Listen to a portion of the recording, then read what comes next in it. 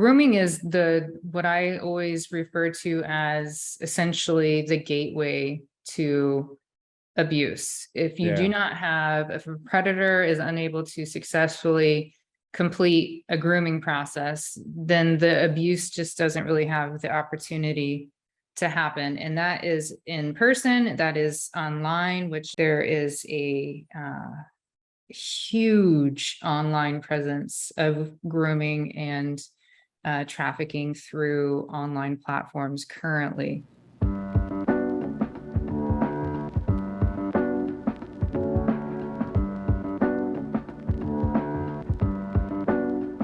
For the listeners who aren't familiar with who you are, can you answer some general questions, just like who you are, where you're from, before we dive into your experience and talk about sexual exploitation? Sure. My name's Teresa J. Helm, and amongst other things in life, I am a survivor, leader, and an advocate and a mentor and a speaker. And I advocate a lot for sexual abuse and exploitation survivors. The other things that I am, I'm a mom of two amazing, brilliant, wonderful kids. And I have a background in healthcare. I'm a student midwife. Out of all of those things, what are you most proud of? Being a mom. Yeah, that's good. Yeah. I was hoping that was going to be your answer. For sure. Going back to one of the things on your resume, you are currently working with NCOSI. Can you speak to what they do, who they are, and what your role is there? So NCOSI is the National Center on Sexual Exploitation. We are an organization nationally and both internationally that is fighting against sexual exploitation and abuse through advocacy. We support survivors. We are an organization of litigation with our NCOSI's Law Center as we fight back and fight for survivors of image-based sexual assault, or we fight for clients through litigation that have been exploited. And I am the survivor services coordinator with the Law Center, and I provide ongoing support to survivors through the litigation process. Well, we at Fight the New Drug are big fans of NCOSI, and so we just want to express that and express how grateful we are for the work that you're doing. You mentioned that at NCOSI you were called a survivor leader. Did I get that right? Yes. Mm-hmm. And what does that title mean to you? What that means to me is that I am taking my experience of past trauma and I am regaining and reclaiming my power that was basically robbed from me through those experiences in the past. And I am bringing those experiences forward to teach others, in addition to healing myself, which I believe there has to be a certain level of healing to be a survivor leader. And so through taking my experience and really shifting it and reclaiming my power to then go out and fight back and fight for others and teach others and support others so that we can, as a whole, really stake our claim in making change. I want to ask you a question off the cuff. I'm just going to follow my curiosity here. Mm-hmm. And it's regarding trauma. Mm-hmm. I recently learned from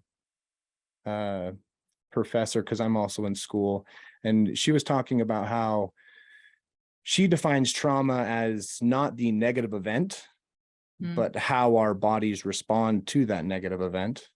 And so that was kind of new to me, because I had always learned about trauma as being the traumatic event, being the negative event, where she defines trauma as how our bodies respond to that negative event. So anyway, I set that question up with that explanation. And the question to you is, how do you define trauma?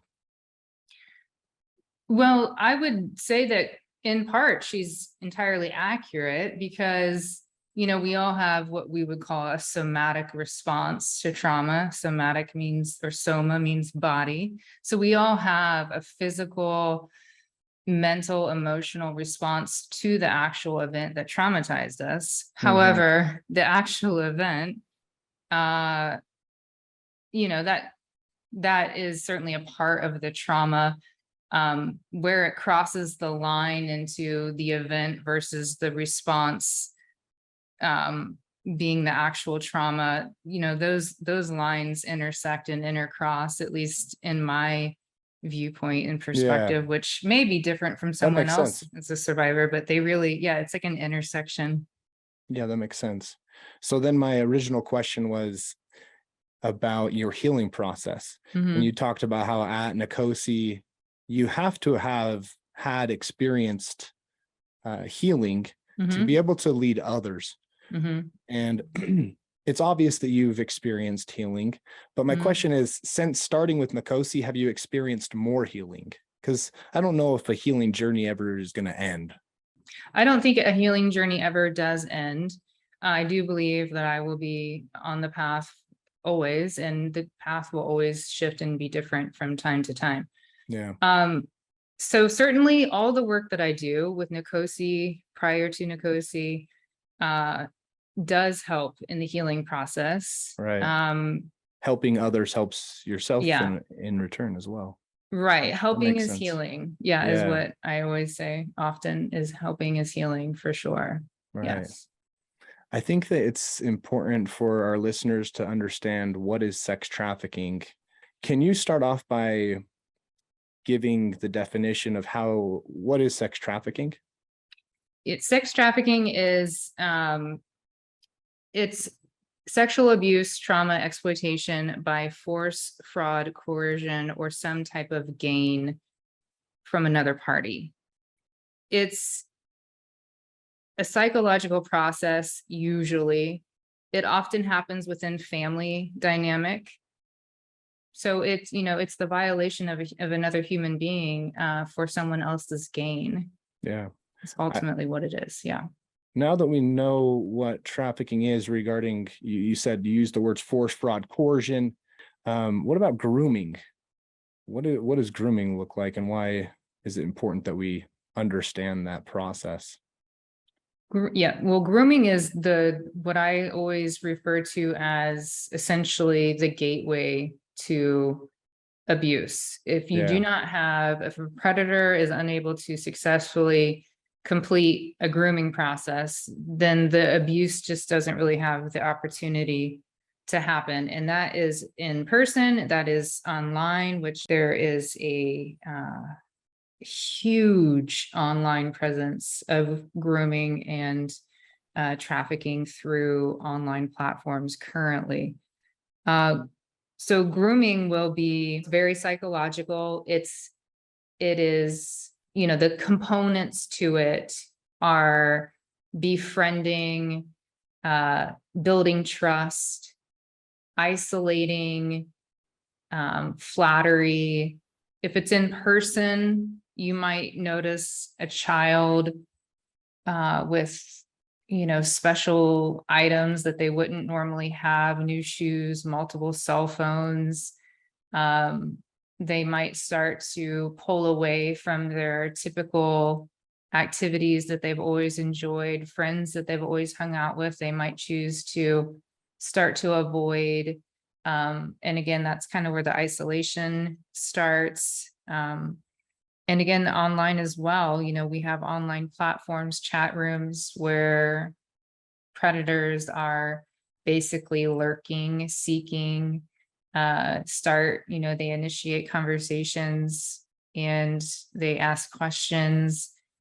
Then the questions lead to, what the child or the minor might consider an online friendship. And then, questions of what they like to do, where they are, start to come into play. And, again, there's the build of the friendship, then there's the build of the trust. And then once the trust is established, then other psychological factors come into play, and there can be some blackmail and requests for photos, and the isolation continues. And once it has reached that point, an online predator has pretty much sealed the deal on the process of grooming, and that targeted individual online, well, they now are typically controlled by this online predator. Some of these things can also be blamed, like you can blame changes in mood and increased isolation on just being an adolescent or being a kid, right? And I think Sure. that's one of the difficult things that we as parents, we as caregivers, we have to identify and then address, is Right. that some of these changes, it could be that your kid's being groomed, or it could be that the kid's just experiencing what it is to be an adolescent with different hormonal changes and whatnot. So how do parents identify if this is just a change in behavior that's normal with adolescent growth, or if it's actually a potential grooming process? Well, parents, like it or not, are going to have to be really nosy, and they're going to have to, what the teenager will inevitably say is a violation of their privacy. But the parents will have to understand and learn and know who they're talking to online. They'll need to know who their friends are online and in the real world. Yeah. They'll need to ask lots of questions all the time. They'll need to get to the point where their teenager swears up and down that they're the worst parent ever for asking all the questions, because number one, better safe than sorry always. You never know when it's going to happen. And I think that one of the most biggest, somewhat simple messages that I can express, I mean, I really would like to, shout it from the rooftops, is don't ever assume it will not or could not happen to your family. Online safety, especially, should be as basic as wearing a seatbelt. Well, one of the strengths that you have in your position at Nicosi and just all of the things that you're up to is that you do have personal experience with exploitation. Unfortunately, the strength you have, it's unfortunate that you have to have that, right? But your negative experiences, the trauma you've experienced, and because you've healed from them and are pressing forward and all those things, you are stronger today because of that negative experience. Is that safe to say, or no? Well, yeah, I mean, I would feel that I have a warrior's heart. So strength is definitely something that I've cultivated. Yes. Yeah. Before we jump into your experience a little bit more, can you speak to that? How your experience has empowered you to provide improved and effective trauma-informed care? Yeah, because as a survivor, there are, when you as a survivor, you walk into a room with other survivors, there's a nearly immediate unspoken bond. We wouldn't, there could be 10 of us in a room and not necessarily have to say a word, but feel a bond just being there together, knowing that we're all survivors. So that's the number one thing right out of the gate. Number two, as a survivor, I have the ability to obviously highly, have a huge amount of empathy for them, even though our experiences might be different. And I will always have an entirely different view of nearly everything than a person that does not have a lived experience with trauma. Right. So I will always have a different view that it's almost like I can see that person. It's just a high level of empathy. Oh yeah.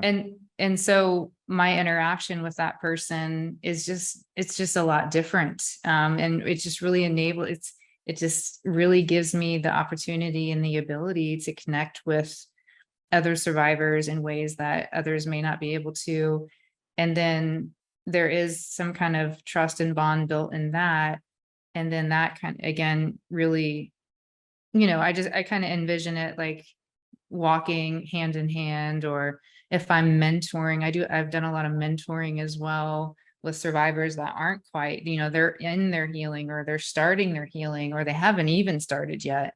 Yeah. I can really walk with them because I've been through a lot of the things that they haven't gone through, or they're, in the thick of, I've been through. You're in a good spot. You seem like a sharp person, and it gives them hope for Right. their future. Right. That's definitely one of my goals, is to hopefully inspire. Well, I think you're accomplishing that goal, so congratulations. Well, thank you. Appreciate that. You're part of a high profile case with Jeffrey Epstein and his accomplice Ghislaine Maxwell. And you happened to be one of their victims. Right. And I'm wondering if you can speak to that a little bit, how that initial contact with them came about. Yes. So I was 22.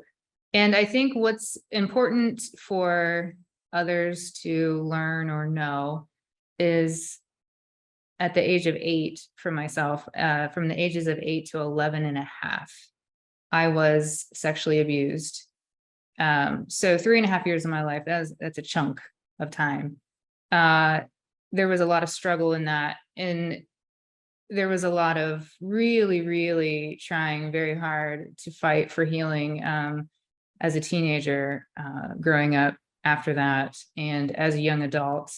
I felt like at the point when I was 22 and I ended up meeting, or being brought into this world of exploitation, I was really on a path at that point in my life where I wanted to be something great. I wanted to work hard. I wanted to do something really good. I wanted to help others. Yeah. I had moved across the country at the age of 22 and moved to California, and I was in massage therapy school, and I was doing really well, and I was the top student of the class, and I also worked full-time at the front desk. So that's where it began, as a massage therapy student. And I was approached one day by a student that was in a program there at the school. She was ahead of me in her program.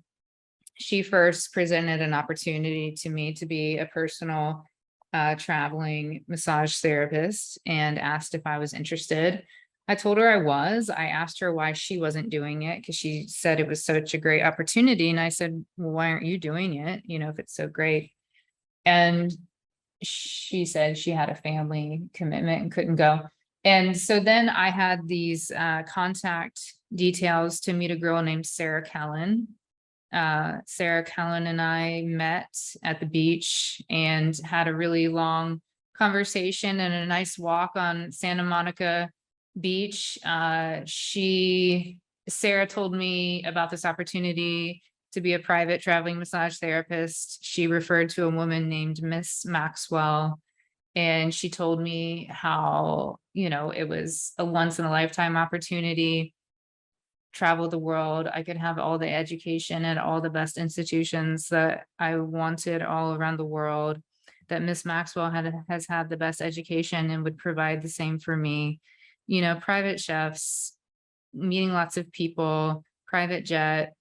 And at the time, I certainly took, this girl, Sarah, she was, I related to her. We looked somewhat similar. We were similar in age. She was very pleasant to me. So that right there is part of the process. I mean, the process started with the first girl at the school that approached me. Right. You know, that's where the grooming started, telling me about the opportunity, really building it up, getting me excited, knowing that I was a young student working the front desk at this school, meeting Sarah at the beach, you know, what she said was her apartment at the beach before we went on the walk. Again, as a young aspiring student, traveling the world, doing something I love, you know, massage therapy was a dream come true. So when I meet a young girl at the beach and she says it's her apartment, you know, I moved to California for one of the reasons why is because I wanted to be near the beach. You know, I wanted to live that California dream. So again, part of the process is building rapport, building the relationship, almost like a friendship type conversation, to the point where that's where I felt by the end of it that she was my friend. And I was very, very excited. And I thought that meeting Miss Maxwell was going, you know, that I was going to be off to meet Miss Maxwell in New York City, is where I was told that she would, that I would be meeting her. So within a couple of weeks' time, I had flight and travel arrangements and was flown from Los Angeles to New York City. And, you know, that's after I arrived is when I met Miss Maxwell, and, you know, they had a driver for me, and, you know, so many different components about it all of it was part of the grooming process. Everything was intentional, emotional connections were made, you know, a driver with my name on a sign, picking me up from the airport, making me feel special, making me feel tended to, cared for, all the things was all a part of the process. All of the outward signs of a success. Yeah. Like, yes, success. We welcome you. We want you here. You know, we're going to take care of you. Yeah. All of that was a part, again, of the process. And so after I arrived to New York City, then I walked to Miss Maxwell's home because it was not far from where I was staying. And yeah, that's when I met her. Before I ask the question, I want to reemphasize the legal definition of sex trafficking is a commercial sex act induced by force, fraud, coercion, or underage involvement. You were 22 years old, so underage involvement isn't going to be a factor, but force, fraud, coercion is kind of what we're looking for.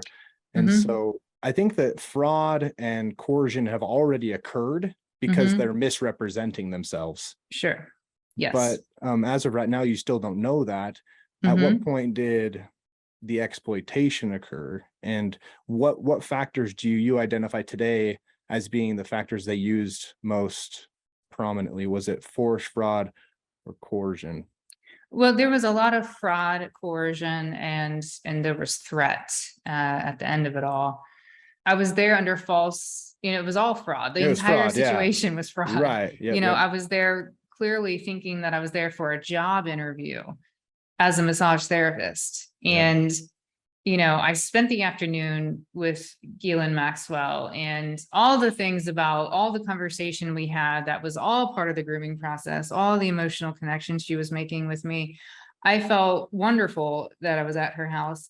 And then after spending hours there and doing a whole massage and going through all my steps as a student, hoping I'm doing it perfectly well, then at the very end of it is when I first learned from Ghislaine that I would be going to see her partner, Jeffrey. So the entire time from sitting at the office and behind the desk that day at school, when the first girl approached me, to standing there in Ghislaine's home in New York City, I never knew that there was a man named Jeffrey, or any man that I was going to be meeting throughout any of this interview process. Yeah. So once Ghislaine told me, you're going to go meet with my partner, Jeffrey.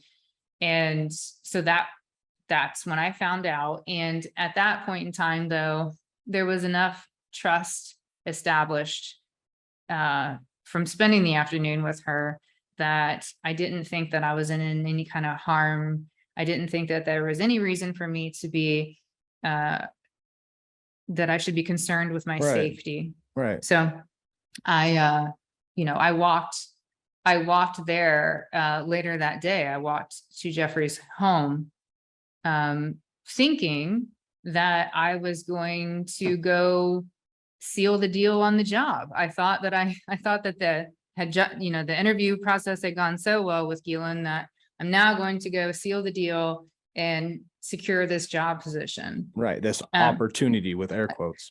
Right. So I mean, I literally walked myself to the home of a predator. I walked myself there.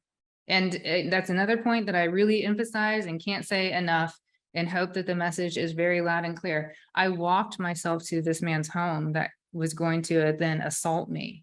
No one took me there. No one tied me up and dragged me there. I very even excitedly, thinking that it was a job interview, I was excited to go there. He assaulted me and I got myself out of there, and he threatened me as I left. I didn't go back after that time. There was never a time that I went back. Oh, wow. And there was an email that I had received after I had been flown back to Los Angeles. And it was such a mind twist, that email, because they treated the email, it was Jeffrey's assistant thanking me for coming out, thanking me for the interview, and telling me I was still being considered for the position, just normalizing all of it.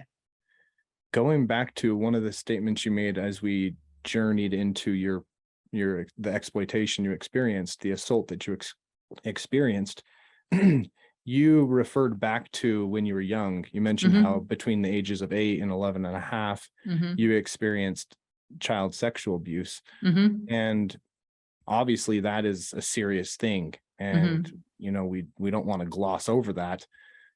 And I'm wondering if you can speak to why you mentioned that, and if it facilitated more assault or more abuse, or if it was normalized for you because you had experienced childhood sexual abuse.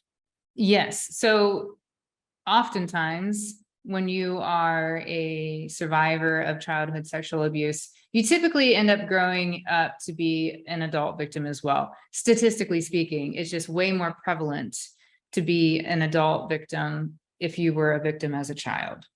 That's a highly unfortunate fact and statistic. Right. So do I feel it is important for me to mention that, because number one, it's very much so a part of my experience as a human. Yep. It definitely went into the vulnerability factor, that was kind of built into me. The shame was after what had happened with Epstein and Maxwell. The shame was so overwhelming. It was paralyzing to me. And so that took me back to the shame that I had carried as a child. I really feel like groomers are able to take the shame that they should feel as a human being for destroying another or trying to, and they shift it to the victim. And now the victim has not only been, victimized or violated in whatever way, but they're now also carrying that shame. And it's kind of like the nail in the coffin. Shame is crippling. At what point did you realize that Ghislaine Maxwell and Jeffrey Epstein had other victims and that you weren't the only one? It's a really kind of bizarre way that I found out, because I was dealing with a lot of the aftermath of the assault for a few years. And then I became a mom. And that changed my life. I mean, it saved my life. Oh, wow. When I became pregnant with my son, it was literally what saved my life. Wow. And when I was pregnant, and then I realized, for probably one of the first times in my life, the value that I actually had as a human being. It was literally the first time I felt like I had value was when I was pregnant. And I thought, I'm going to do everything that I can to protect this child and to be the best me that I can be, or try to be the best me so I can be the best mom to this child, And so my pregnancy was wonderful and amazing, and I loved it. And it, like I said, it really transformed me. So then becoming a mom, I went into a chosen isolation. It wasn't like a dark type isolation. It was like, I don't want any part of the world but to be Yeah. a mom. And I went back to school, and I was really just kind of doing my own thing. So Yeah. some would say, oh, you were pushing it all away. Well, kind of, I was pushing it There's all away, but boundaries. There's a difference was, between like yeah, isolation and boundaries, it sounds like. yeah, well, sure. Yeah. But I really was just adamant about being on this whole different path in life. That's cool. And so I didn't share, like I said, about what happened. I didn't, now I know, there was some news stuff about Epstein and things that were like 2008. I didn't hear a word of it, because in 2008, I was busy being a student, nursing my son, Yeah. and like literally listening to classical music. Like I didn't even turn the TV on. And I really just was not, I wanted to block out the world. But I was listening to a YouTube show, and I started hearing all this talk about a man named Epstein. And, of course, the content, I was like, man, this sounds horrible. What a person. And then there was a conversation, I remember, I'll never forget. It was like a Sunday evening, and I'm like folding my kids' laundry at home. I'm listening to this YouTube channel. It's like these two guys around my age, and they started talking about Epstein and the whole deal. And then they mentioned the name Maxwell. And Maxwell immediately, was like, oh, I know that name. But they were talking about Robert Maxwell in the conversation. Oh. But they were talking about Maxwell in New York City and Epstein, and then the content. And I was like, maybe I should look into what are they talking about? Who are they talking about? And then I found myself avoiding it, and it kept popping up for like Monday, Tuesday, Wednesday. It kept nagging at me to check into it. And I kept pushing it away. I didn't want to. Yeah. A Thursday morning, I'll never forget, this was in July of 2019. This is when I found out, to answer your question. So that Thursday morning, I plugged my phone in, and I had accidentally swiped to the news headlines on my phone. And I saw a news headline that read, Jeffrey Epstein in jail cell in the fetal position. And immediately I thought, wow, this grown man, I envision a grown man curled up in the fetal position. And I was just like flooded with all this sympathy for this grown man curled up into the fetal position. And then I set my phone down and walked away. And then I literally stopped like 5 feet in my tracks. And there was like, Teresa, you have to go back and click on that headline. So I walked back to my phone and I clicked on that headline. And the moment I did, his face popped up, and it was the picture of him in that Harvard University sweatshirt. And then the moment I saw his face in that picture, I mean, my entire world shifted again, and it has never been the same since. And again, it was like a re-traumatization, because it was only in that moment that I realized who Epstein was, because I only knew him as Jeffrey the entire time. I never knew his last name. Oh, wow. And I was only introduced to him as Jeffrey, and Ghislaine only spoke about him as Jeffrey. So I didn't know Jeffrey Epstein.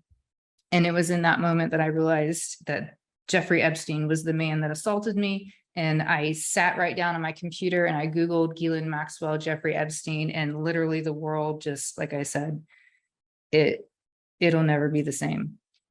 With Epstein, we all know what's happened to him, but with Maxwell, we also know that she's been convicted of conspiracy to sex traffic minors, sex trafficking of minors, and all those other things. And she's been convicted to 20 years. But you weren't, if I'm not mistaken, and this is the question, you weren't part of the trial against Maxwell, correct? That's right. There was always a chance that I would have been called to witness, and I was clearly not. Okay. So no. And I attended a portion of the trial, and no, was not a part of it. Do you look at Maxwell's conviction as a win? I look at it as a step in the right direction. In that question, it's like, part of me wants to say, yeah, it's a bit of a victory. It's a little bit of justice. And I believe that it is a little bit of justice. I just don't think that um it's a start, is what I think is it's a start. Yeah, that's a Mhm. good way to put it. Going back to your work that you do with Nkosi and the other, speaking engagements and all those things that you're doing, Mhm. what has it been like for you to work with other survivors? Can you speak to that a little bit more and how that's been rewarding? Yeah, it is rewarding, because you see progress, you see hope establish where there may have not been any prior. And sometimes you don't really see a whole lot. And what I pray for is, the whole notion of planting of seeds. We don't always get to see the outcomes of our work. And we can always just carry on and pray that those seeds are planted well and develop at some point in time. So it's a mixed bag working with survivors. Mm. There are so many instances and situations that you hear about that are just devastating. Well, I mentioned at the beginning of this interview slash conversation that we at Fight the New Drug, we're grateful for what Nkosi's doing. We're grateful for what you're doing. Hopefully this podcast and what you've said today helps our listeners and viewers better understand what is sex trafficking, how we can fight sex trafficking, what is grooming, how can we prevent and stop grooming. Mhm. What else can we do to support you and to support Nkosi? Well, again, educating ourselves, educating children, speaking out against pornography is huge. I would love to see men and dads teaching their young boys the harms of pornography, how to view their peers. I would love to see just a mass movement of that. And Yeah. I'm sure it's happening in homes. These kids that are being inundated these days, bombarded with pornography and explicit images, and having to have the concern and worry about who they're talking to. I mean, they're just being bombarded with pressures that no kid should have to really endure. We're living in a time that we've never experienced this as a society in the way that we are now. Yeah. So helping Nkosi would be to be very proactive in your own community, in your own home, and then speaking out against exploitation and abuse and pornography and any means possible. For me as a survivor and working with Nkosi, which I think is one of the best organizations ever, and the people are just really tremendously and genuinely incredible there, is to really be committed to take a stand against everything that we're taking a stand against, to really join us in the fight and to protect human dignity. I mean, that's what we're doing. These are basic fundamental human rights to live in a world free of exploitation and abuse. Right. Yeah. Well, Teresa, we want to leave you with the opportunity to have the last word during this conversation. If there's anything that you want to state, anything that's on your heart or mind that you haven't stated or that you want to reemphasize, we would love to hear your closing remarks or closing thoughts. My closing thoughts, I think, again, just really focus and go back to being a parent and being a mom and raising my two wonderful children in this world, and the steps that I take as a mom and as a parent to educate them and to prepare them and to teach them, give them tools of what to do if any type of situation were to happen. Yeah. um we really I mean, that's the message, the signs of what to look for, the tools, help them identify a trusted adult if it's not you, Yeah. you know? Give them tools of what to do so they know how to handle themselves. At least help them, equip them with that first step so that they might not necessarily know what to do after step one, but if they can get themselves to step one, then hopefully, it can be stopped right there and nothing can continue. So I think my biggest message is, to really be highly involved and, protect your kids. Yeah. Mhm.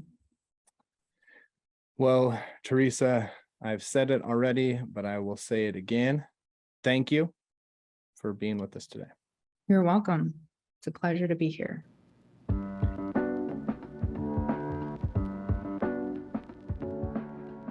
Thanks for joining us on this episode of Consider Before Consuming. Consider Before Consuming is brought to you by Fight the New Drug. Fight the New Drug is a non-religious and non-legislative organization that exists to provide individuals the opportunity to make an informed decision regarding pornography by raising awareness on its harmful effects, using only science, facts, and personal accounts. If you'd like to learn more about today's guest and the conversation we had, you can check out the links included with this episode. If you find this episode helpful, consider subscribing and leaving a review. Consider Before Consuming is made possible by listeners like you. If you'd like to support Consider Before Consuming, you can make a one-time or recurring donation of any amount at ftnd.org/support. That's ftnd.org/support. Thanks again for listening. We invite you to increase your self-awareness, look both ways, check your blind spots, and consider before consuming.